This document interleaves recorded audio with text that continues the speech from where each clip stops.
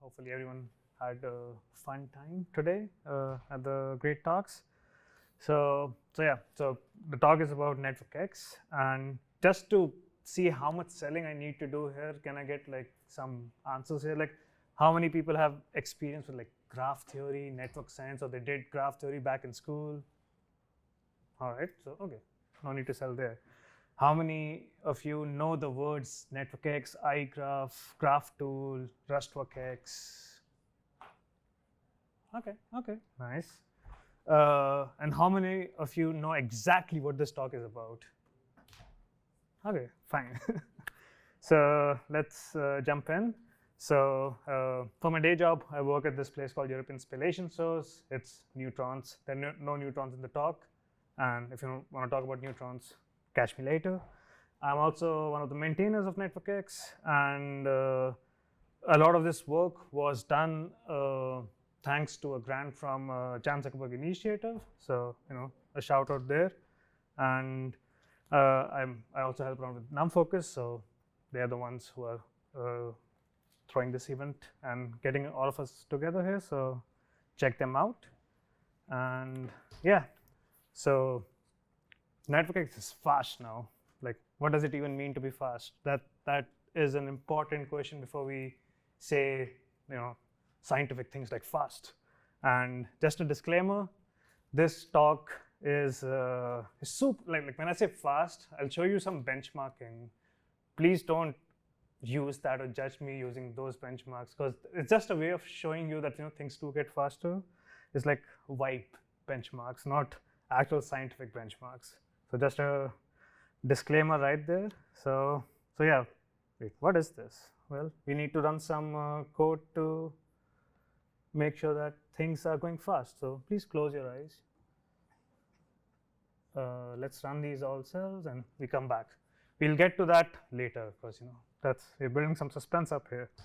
So next slide. So we also will run some scripts, and like all of this is running in a background where things may go wrong, but it's fine. All right, let's go back. So you don't need to know what happened in the last two slides. I wanted to do this in front of you so you don't, oh, you're lying. You did not run that code. So I did it in front of you. So I'm not lying here. So let's go back to the basics. What is a graph? And graph in itself, it's a mathematical concept that you can have. You have these two sets. There's a node set and an edge set. And for people who care about math, this is fun. Like you have this one node set N, which has a set of entities in it, and then you have an edge set, which tells you the relationships between it. And usually it's a two tuple set. Yes, you can have other ways of making a graph, but this is the very basic version of graph, and that's where we will move forward with. So why do we care about graphs? And if you do not, why you should care about graphs? So I assume everyone here works with some sort of data. We are at PyData, and usually people they just look at their data. They're like, oh, it's an Excel sheet, it's a pandas data frame, it's a polars data frame, and you do your analysis, you make your nice models, you get nice matrix out of it, and everyone's happy. But sometimes people forget about looking at the data itself, and sometimes you kind of miss things there. And that missing link is that sometimes your data points themselves have relationships between them. And I'm not saying it's always useful to just convert everything to a graph, but sometimes there's a lot of hidden information that you can extract, and sometimes very cheaply, of getting something like some analysis that you never thought about. And so it's just like trying to brainwash you into believing that you can force your data into a graph too. So just think about it. And we usually see graphs everywhere, at least if you try hard enough. So let's say you're a bank and you want to, I don't know, do some, people do money laundering a lot apparently. And so X pays Y, Y pays Z. These are, it's a graph. You can do some nice money laundering detection there. And let's say you're a supermarket and you want to make sure that your groceries from your warehouse goes to like 3 different places, and it's the shortest path, and like you can do a lot of nice traveling salesman optimizations there. Let's say you're a quant finance firm, and someone actually gave me this example once, and they're like, you can like map out all the SP 500 stocks as nodes and how they move together. You can create some edges, and the edges don't need to be static thing. They can be like a time series. So there are lots of fun things that you can do with graph.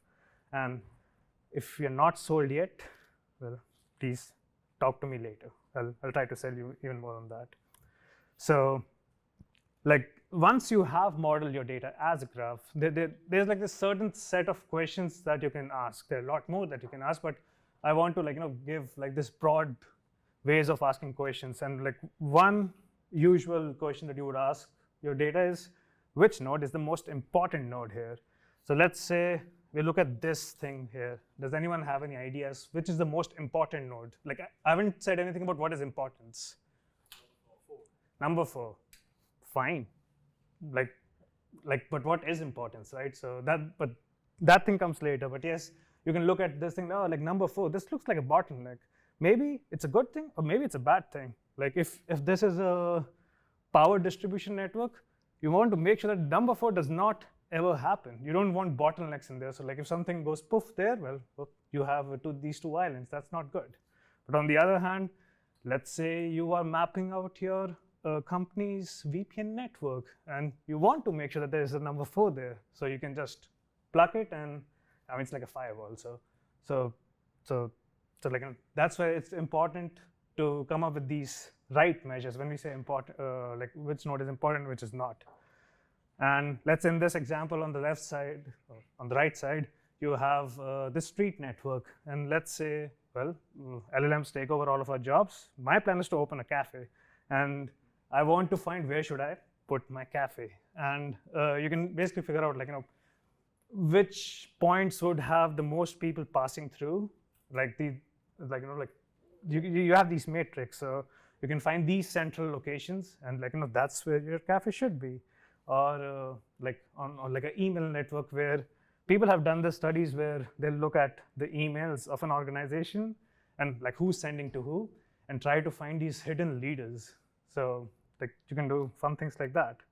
And the other class of questions that you usually try to solve is, where should I jump next? Which is usually the class of shortest path problems. Let's say we are on the tube. Right now I can just open my Google Maps or the TFL app. It will tell me where to go. But somewhere, like there's a computer running who's doing these calculations, and it's kind of doing. I'm not saying it's using NetworkX there, but it's doing a lot of those calculations, which is graph theory. And then there's also this another class of questions you could ask. It's more like on the side of recommendation systems of who should I be friends with. And in the notion of graphs, you can have systems where like X, Y, maybe X and Y should know each other. This is what LinkedIn used to do in the initial days. It was just like you map out the graph of the users, and that's how you just do recommendations. Like very cheap way of doing recommendations. No machine learning, just old school graph theory. So these are the kinds of problem you can solve. So let's say everyone believes that yes, graphs is the way. This is the way forward. This is how I extract all the business value I want or need from my data. So what do you need to do to work with graphs? Let's say if only there was this really nice graph analytics library that's easy to use, it's extremely well documented, it's robust, it's reliable, it's used, and it's been there for a long time. It's like BSD license. If only this magical library exists, it's fast and scalable, then you don't have to write your own graph library. Everything works, right? And that's what we want. So let's take a detour. And this is a very famous, if you're from graph theory, network science background, you would know this thing. It's a famous data set from 1970s. And it's from a paper called An Information Flow Model for Conflict and Fission in Small Groups. It's not from computer science. It's actually from, I think, sociology or something. And a lot of like network science research actually started in sociology. That's the fun part. But anyway, so this is a data set. And let's say this is a data set of a karate club. It's just like a club where you go practice karate. And I think there was like a fight. And then people started like creating these two communities. So that's like, and that's what it shows, the green community and the orange community. And let's say you want to find the person who can bring everyone back together. So, we want to find the most important node in this network. So let's see who's the most central. And well, why should I do anything? I have LLMs now, right? So I ask my LLM number 1. It tells me to do step 1, step 2. LLM number 2, it tells me to do something. LLM number 3, it tells me to do something again. And like, it's not wrong. LLMs are very smart. They always tell you the right things. Then I go like, no, I need a thinking model. Then I ask the state-of-the-art model to tell me which is the most important node. Well, if you like look in all the 4 answers, it says that, oh, NetworkX, that's your solution to all problems.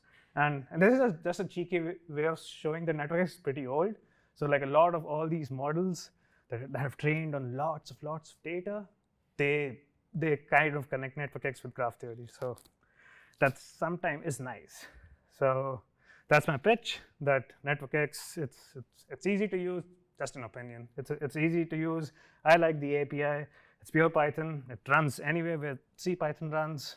It does have some parts that depends on NumPy and SciPy, but it can still run without it. You can just turn off that things. And it's pretty old.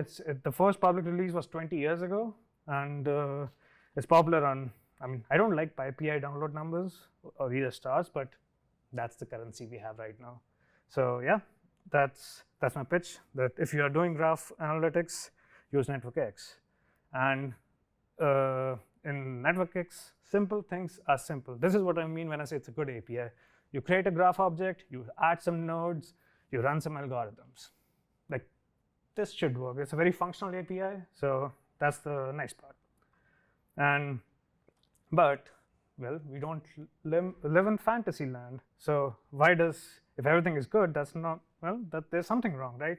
So if you saw that thing about pure Python, yes, Python is getting faster. Yes, we have free-threaded Python now, but still it's Python. It's not a compiled language. So and NetworkX works with lots of data, and data is getting bigger. If not data is getting bigger, people want to run algorithms on a lot more data than the old days. So the dictionary of dictionaries that is underneath Python, they can be a problem if you want to scale to like big graphs. And when I say big graphs, is like millions of nodes. If you're in thousands, 10,000s, you can still use NetworkX. It's fine. And it's still single processor. We don't really do any parallel implementations, which has its reasons, which I would not get into right now in the interest of time. But yeah, and this happens a lot of time. I love NetworkX, but why is it so slow? It never works. Then yeah, and like people would come up to me like, oh, I have this graph of 2 billion nodes. I'm like, don't use NetworkX. Go run away, please. And they use, there are other tools for that, and you should use that, but not anymore maybe. Let's see. So remember this notebook we ran? All right, NetworkX demo. Is it still running? It's still running. Huh. Did I lie? Maybe, I don't know, but let's go back. So how do we fix this? Like one of the big problems in NetworkX is that it's not performant. So how do we fix this without losing all the good things we like about Python? It's pure Python. Anyone can open up the code. You don't need to be a computer scientist. You don't need to be a software engineer. You don't need to be a data scientist. Like this came out of academia, and like the people who were contributing to NetworkX were usually like either first year undergrad students or like grad students who want to not do their stuff and do NetworkX instead. So it's very easy to contribute to, and that's the good part. And like and if you start writing C++ there, Fortran there, it gets a bit icky. So So how do we fix it without writing C++, without writing Fortran, without writing any of that? I want to keep NetworkX pure Python. Things should just work, and how do we do that? Let's rewrite everything in Rust. No, let's not do that. I mean, you could do it, and people like there's actually a package called RustWorkX. It's like NetworkX, but in Rust you can do that. But we came up with another solution called dispatching, and that's the talk of the town now. And it has some Rust in it somewhere. So not in NetworkX, but Rust is always there somewhere. And this brings us to the last part of the title, zero code change. And the philosophy behind that is that if you have a script, if you have a notebook today that uses NetworkX, and you're like, if only I could switch, like if there's like a button that I could like, please go faster, this is that button. Not really a button, it's an environment variable, but you get the gist. And this is that grand evil plan of how it should look like. And if you look at the dotted lines, these are like future wishes. We don't have that today. And the solid lines are the one that exist today. So NetworkX is an API that people like. NetworkX is also an implementation, which is just pure Python dictionaries as a data structure. And then you have this another layer of dispatching and conversions, which takes care of, like, if you have a GPU available, and by GPU I mean NVIDIA GPU right now, then you can just throw it to NX cuGraph. It will take care of everything. You don't have to do anything. If you do not have a GPU, as most of people don't, and you have a very powerful CPU, you can use something called GraphBLAS, which use OpenMP and heavily optimized algorithms for a certain set of graph theory problems. We also have a thing called NX Parallel, which attempts to implement certain algorithms which are easy to do in a parallel fashion using joblib. And then we also have this thing called NX ArangoDB. ArangoDB is a graph database. It's I won't talk too much about that, but it's an interesting use case of how dispatching also turns not just into computation, but also like persistent graph database storage.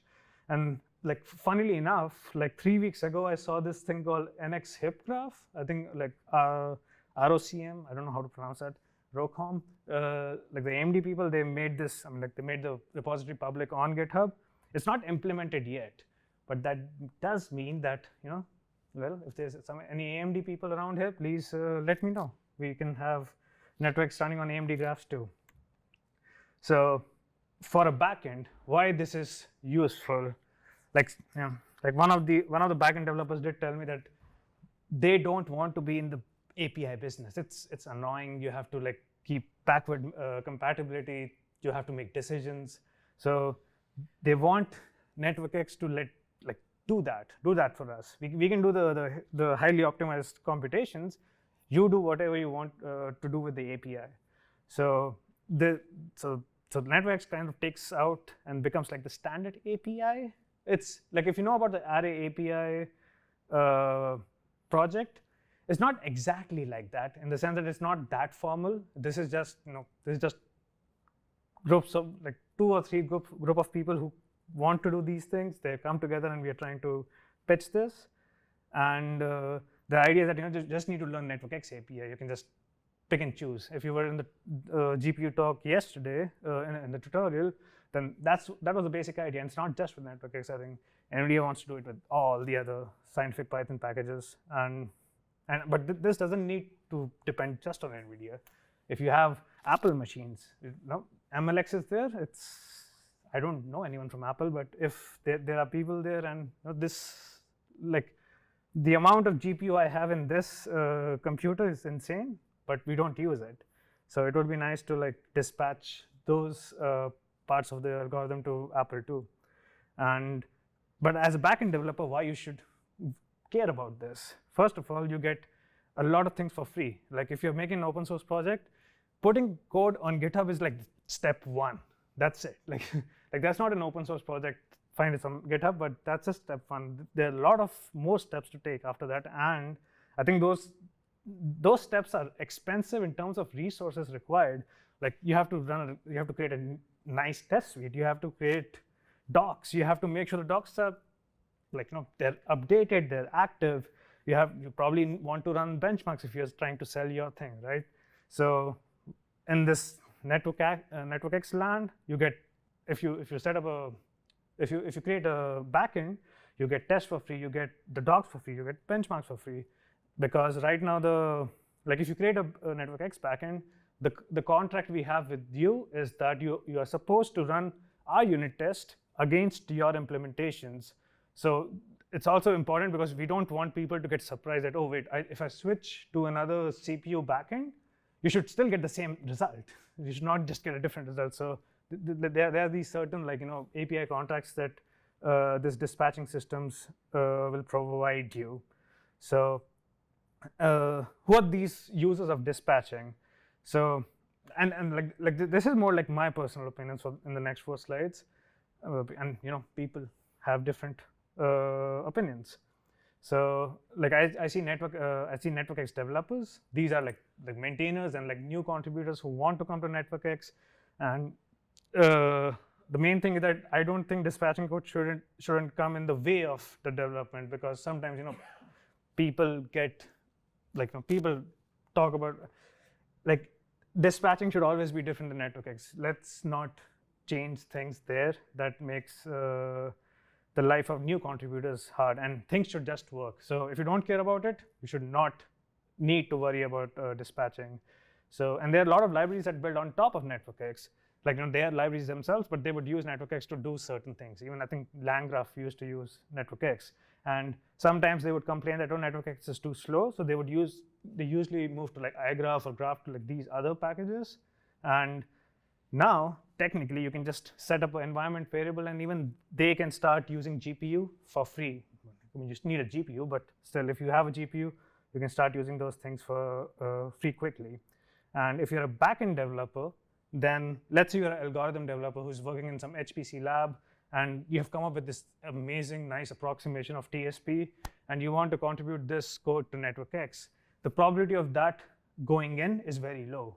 If it's it's in Fortran or something. So, but what you can do with this system is you can create a new package.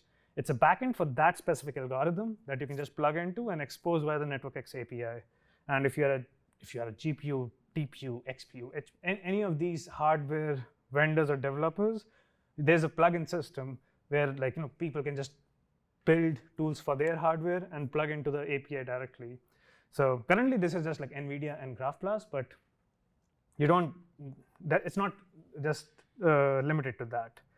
So, and if you're a user of NetworkX, the idea is that nothing should change. If you don't care about it, you don't need to care about it. And but just in case if you have an NVIDIA GPU lying around, just dispatch your problems away. And this also gives the possibility of automatic fast code paths. So if you do get stuck in places where things are going too slow for your then you can always turn it on and things will go fast. And I'll show you that. You don't have to believe me right now. So let's go to Colab, because remember, NVIDIA GPUs, I don't have them. I'll utilize it.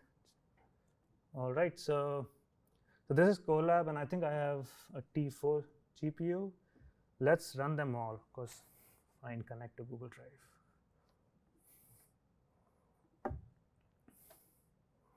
Yeah, earlier in the day, Google kicked me out because I was using too many GPUs on their free level. So luckily, I have another Google account.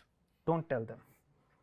All right, so this is a nice notebook given to me by the NX cuGraph team at NVIDIA. So thanks, Eric, Rick, Ralph.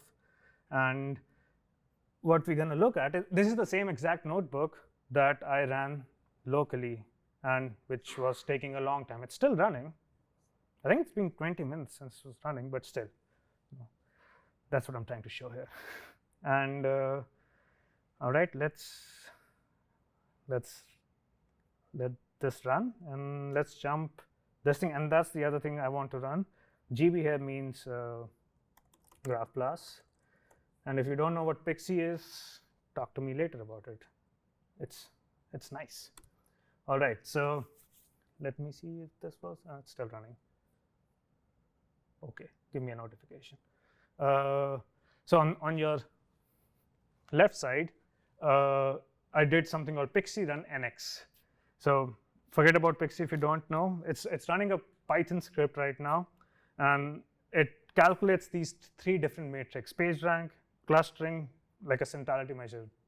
What they are is not important here, but if you'll see that it takes like 4.5 seconds. If you do it again, it takes 4.3 seconds, and it takes 200 seconds or something, and then it takes 32 seconds. This is like NetworkX. And then I run the same exact script, but I call it GB. Then the PageRank runs in the second time. It runs in 1 second, like not 1 second, like 0.01 seconds. And if you look at average clustering, it goes from 230 seconds to like under 20 millisecond. And if you don't believe me, these are the same things. Let me make you believe me. If we go look at the script, like this is what the script is. Like it's just doing like these 3 functions are being called, and we do time it to get the time averages. And if I do, again, ignore Pixie if you don't know. If you look at, like I have these 2 tasks, like this GraphBLAS task is just doing Python script, running the script, and it's the same thing with NX. The only difference is that I set this environment variable, which I tell NetworkX to, if you can find GraphBLAS, run it on GraphBLAS. So that's what is happening in the backend, and that is what makes it quick. And if you, I want to run this again. All right, let's go back to the GPU while it keeps on running. So, all right. So let's do some comparisons. So it's the same exact notebook that was running on my computer, which was just vanilla NetworkX. There's no backend there. There's nothing fast there. So we run. So NX is connected. This is finding if the graph is connected. So on my CPU, on a pretty beefy MacBook, it takes 7.5 seconds. On a T4 GPU on Colab, it takes under 1 second. Well, fast. Degree centrality, it takes 1.3 seconds on the GPU. It takes, well, who's faster now? CPU is faster. And just this is also to show you, like, sometimes this could happen. Like, GPUs are fast if you are going like extremely big. This is not, we are not extremely big yet. So this is 740 milliseconds. So degree centrality wins, yay. Then let's look at the other metric. We're running PageRank. That's also one. Like these are like the standard algorithms that you would care about. Wait, where is? Oh, wait, we missed triangles. Yeah, let's. Oops, bokeh is acting up. But anyway, PageRank. It takes 585 milliseconds, and it's taking 54 seconds on my CPU. So it is faster. Let's check another.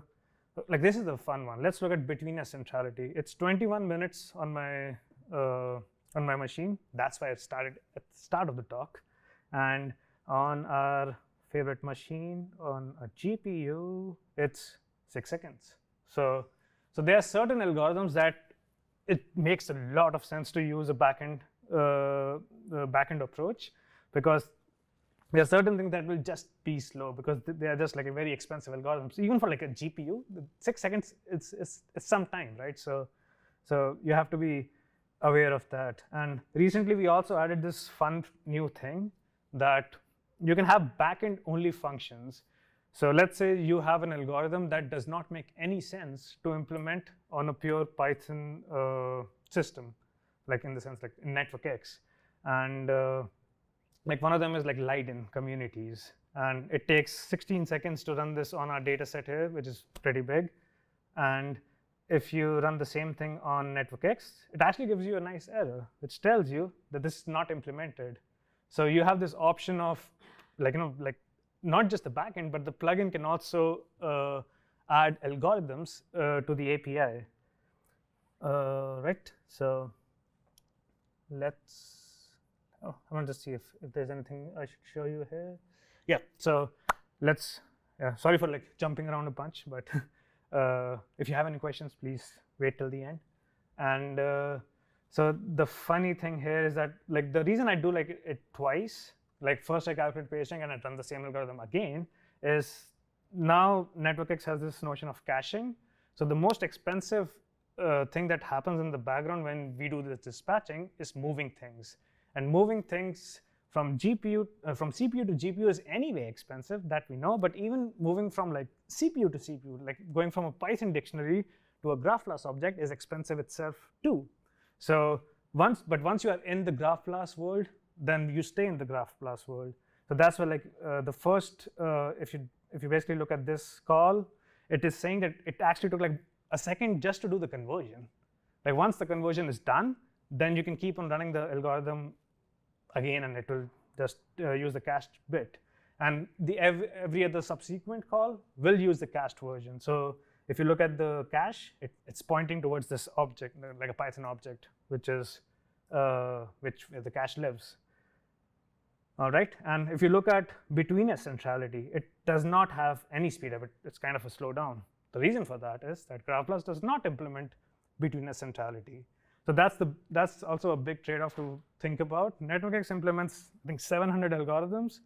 No, I don't think any backend will ever like implement all of them, right? So you have to like, there's always this subset problem that you have to solve. And if you want a certain algorithm implemented on GPU, I think pay NVIDIA money, they'll do it. I think that's the deal. All right, let's go back to our slides. So how does dispatching look like in NetworkX? So if you look at our code base now, we have this dispatchable decorator all around. And I mean, like that's how invasive the change is. You know, like just a decorator.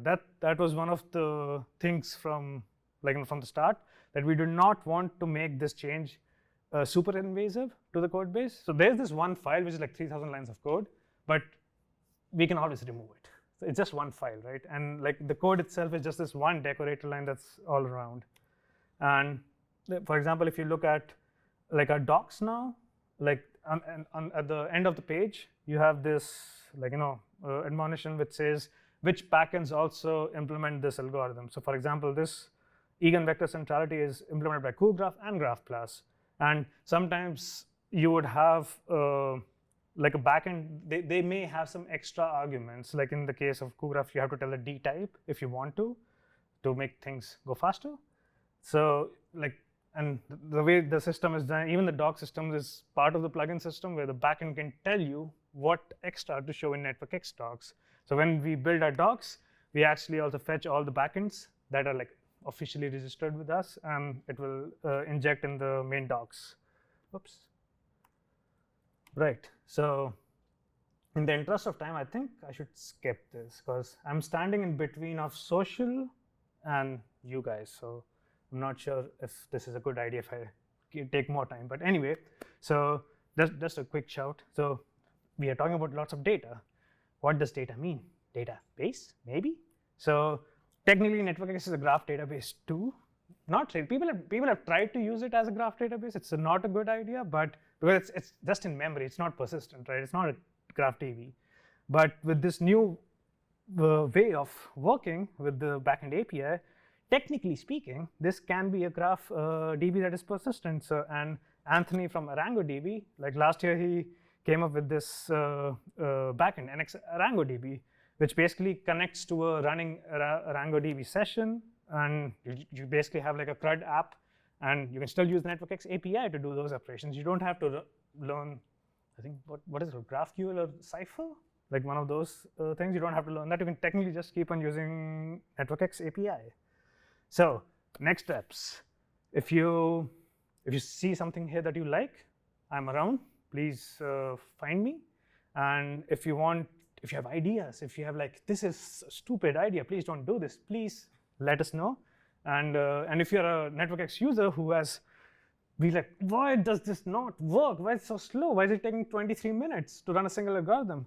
Please try this and tell us where things are not working. Because I think the most important thing that we have at this stage is getting user feedback. So please, please, please try this. And we do have some nice ideas, more backends. And if you work for a hardware manufacturer who wants to sell more hardware, please implement a backend. It helps. Ask NVIDIA. And yeah, thank you. And if you have any questions, I'm here.